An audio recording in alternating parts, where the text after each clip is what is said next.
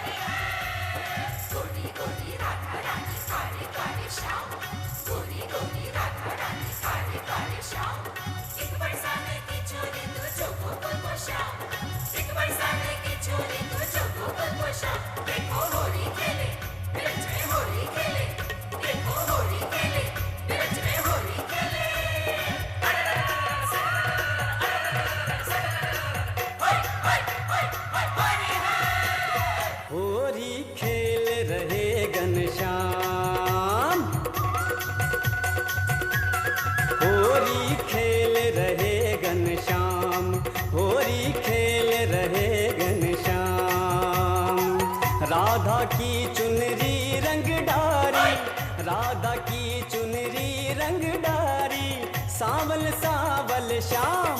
होली खेल रहे घनश्याम, होली खेल रहे घनश्याम, होली होली खेल रहे घनश्याम, होली खेल रहे घनश्याम।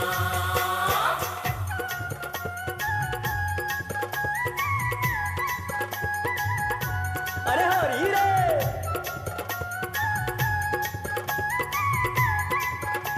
अरे हरी रे बरजोरी रे।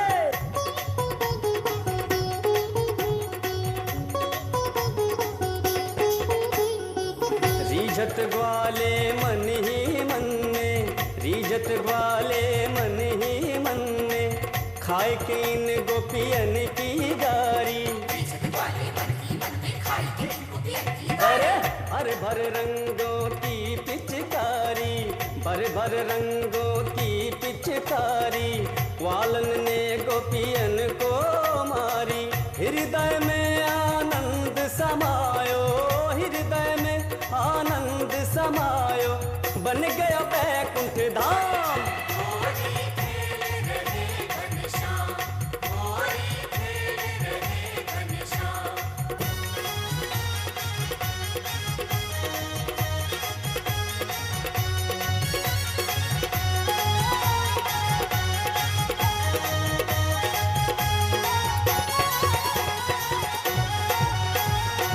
धन धन भाग जो होरी खेले, धन धन भाग जो होरी खेले, शाम सलोने कान्हा के संग।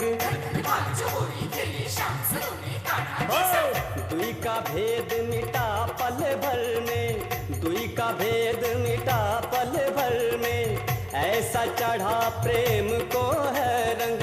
ना काहू का रूप दिखत अब, ना काहू का रूप दिखत, ना काहू सूझे नाम। होरी खेल रहे घनश्याम, होरी खेल रहे घनश्याम। होरी होरी खेल रहे घनश्याम, होरी खेल रहे घनश्याम, होरी खेल रहे घनश्याम, होरी होरी खेल रहे घनश्याम। होरी खेल रहे घनश्याम, होरी खेल रहे घनश्याम, होरी खेल रहे घनश्याम, होरी खेल रहे घनश्याम, होरी खेल रहे घनश्याम, होरी खेल रहे घनश्याम, होरी खेल रहे घनश्याम, होरी खेल रहे घनश्याम, होरी खेल रहे घनश्याम, होरी होरी खेल रहे घनश्याम।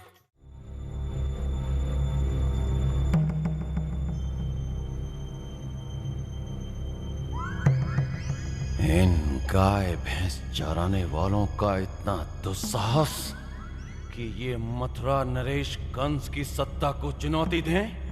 एक एक घर को मिट्टी में मिला दो, एक एक गांव को राख कर दो। पूरे ब्रजमंडल में, विशेषकर वृंदावन और गोकुल में इतना आतंक मचाओ कि उनकी आने वाली पीढ़ियां फिर कभी ऐसा दुस्साहस न कर सकें। जो आज्ञा महाराज। तनिक ठहरें सेनापति जी। महाराज, मैं क्षमा याचना करता हूं। मेरा आशय आपके आदेश के पालन में बाधा पहुंचाना नहीं था।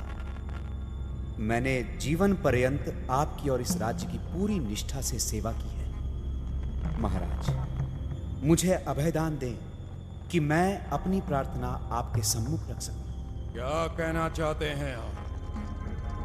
महाराज, पिछले 3 दिन से मथुरा में दूध, दही, अनाज, साग, सब्जी कुछ भी उपलब्ध नहीं है। ना जन सामान्य के पास और ना सेना के पास। तो महाराज, हमें शत्रु की शक्ति को कम नहीं समझना चाहिए। यदि ग्रामवासियों ने विरोध का स्वर मुखरित करने के लिए इतना बड़ा जन आंदोलन सत्ता से असहयोग के माध्यम से खड़ा किया है, तो निश्चय ही उन्होंने हमारी सेना की शक्ति का आकलन अवश्य किया होगा। आपका तात्पर्य है कि ये ग्रामवासी हमारी सेना से अधिक शक्तिशाली हैं? नहीं, मेरा ये आशय नहीं है। लेकिन ग्रामवासियों के इतने बड़े विरोध के चलते जमुना पार के गांवों में सेना का पहुंचना सहज भी नहीं है। महामंत्री, आप साफ साफ कहें, क्या आपके पास कोई अन्य विकल्प है? महाराज, मुझ पर आपका विश्वास ही मेरा एकमात्र विकल्प है। आप जो भी कहना चाहते हैं निसंकोच कहें, हम आपको अनुमति देते हैं। महाराज, आप जानते हैं इस सब के पीछे आपका सबसे बड़ा शत्रु कृष्ण ही है। हम जानते हैं। महाराज, जन सामान्य उसे छलिया कहता है और ऐसे व्यक्ति का सामना सेना से नहीं बल्कि कूटनीति से ही किया जा सकता है। लेकिन महाराज, मथुरा में हर घर, हर गली में हाहाकार मचा है। लोगों के घरों के चूल्हे नहीं जल रहे, दूध के बिना बच्चे भूख से बिलख रहे हैं। हमारे पास मंत्री जी की कूटनीतिक चाल के लिए समय कहां है? समय की आवश्यकता नहीं है महाराज। अक्रूर को वृंदावन भेजकर कृष्ण को वार्तालाप के लिए आमंत्रित करें महाराज। अक्रूर का नंद तथा सभी ब्रजवासी बहुत सम्मान करते हैं, उनका कहा टालेंगे नहीं। और फिर एक बार कृष्ण मथुरा में आ गए तो साम दाम दंड भेद किसी ना किसी प्रकार इस समस्या का निदान हो जाएगा महाराज। आपको विश्वास है कि अक्रूर आपका साथ देंगे और उनकी बात मानकर कृष्ण मथुरा चले आएंगे? मैंने पहले भी निवेदन किया था कि मेरा विश्वास तो आपका ही विश्वास है। यदि आपको मुझ पर विश्वास है तो मैं तो ठीक है, आप तुरंत अक्रूर को वृंदावन भेजने का प्रबंध करें। जो आज्ञा महाराज। अक्रूर जी, आप हमारे बड़े हैं, हम आपसे किसी भी तरह बाहर नहीं हैं, लेकिन कंस की मंशा और चालों का हमें बिल्कुल भरोसा नहीं है। एक बार कन्हैया उसके चंगुल में फंस गया तो देवकी और वसुदेव की तरह उसके साथ भी जाने कैसा बर्ताव करें। मैं आपको कंस की ओर से कोई आश्वासन दे भी नहीं रहा, उस पर विश्वास करने का तो प्रश्न ही नहीं उठता।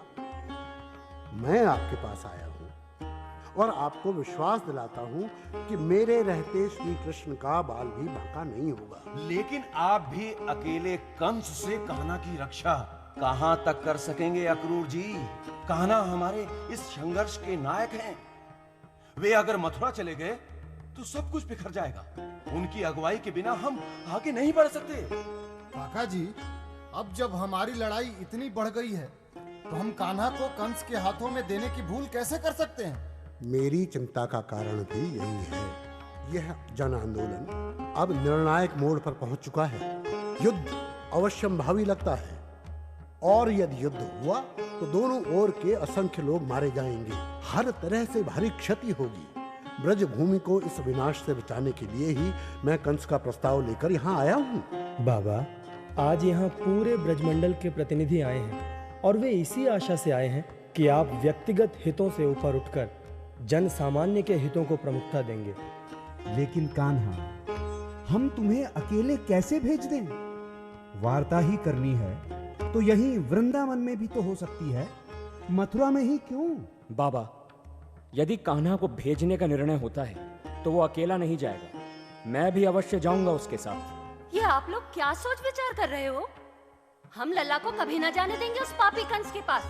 मैया, तुम्हें भरोसा नहीं है अपने कान्हा पर? और फिर अक्रूर काका और दाऊ भी तो हैं हमारे साथ में। हमारा विश्वास करो मैया, कंस मामा हमारा कुछ ना बिगाड़ पाएंगे। हम उन्हीं के भांजे तो हैं। यशोदा, मैं तुम्हारे मन की स्थिति समझता हूं, लेकिन तुम केवल एक मां के मन से सोच रही हो। आज हम द्वापर युग की उस निर्णायक घड़ी तक पहुंच गए हैं जो न केवल ब्रजभूमि की अपितु पूरे आर्यावर्त के भावी घटनाक्रम को एक नई दिशा देगी। कृष्ण तुम्हारे पुत्र ही नहीं है, बल्कि इस युग के महानायक भी हैं, युग प्रवर्तक हैं। तुम या मैं काल के इस अबाध प्रवाह को रोक नहीं सकेंगे। यशोदा, हमें ऐसा प्रयास करना भी नहीं चाहिए। जाने दो, कृष्ण को अपनी नियत भूमिका निभाने के लिए अब जाने दो, उन्हें आशीर्वाद दो।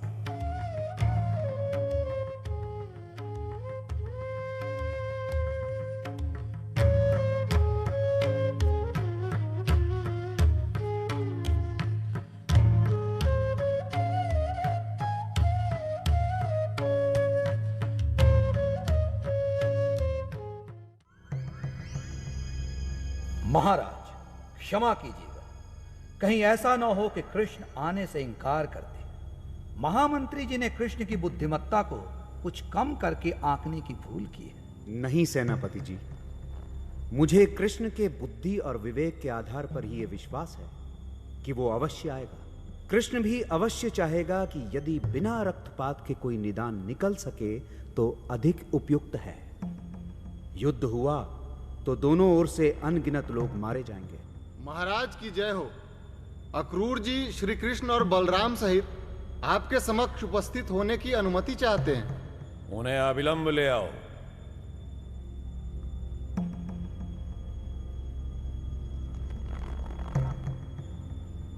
प्रणाम महाराज। आपके आदेशानुसार श्री कृष्ण और बलराम वार्ता के लिए उपस्थित हैं। प्रणाम मामा श्री।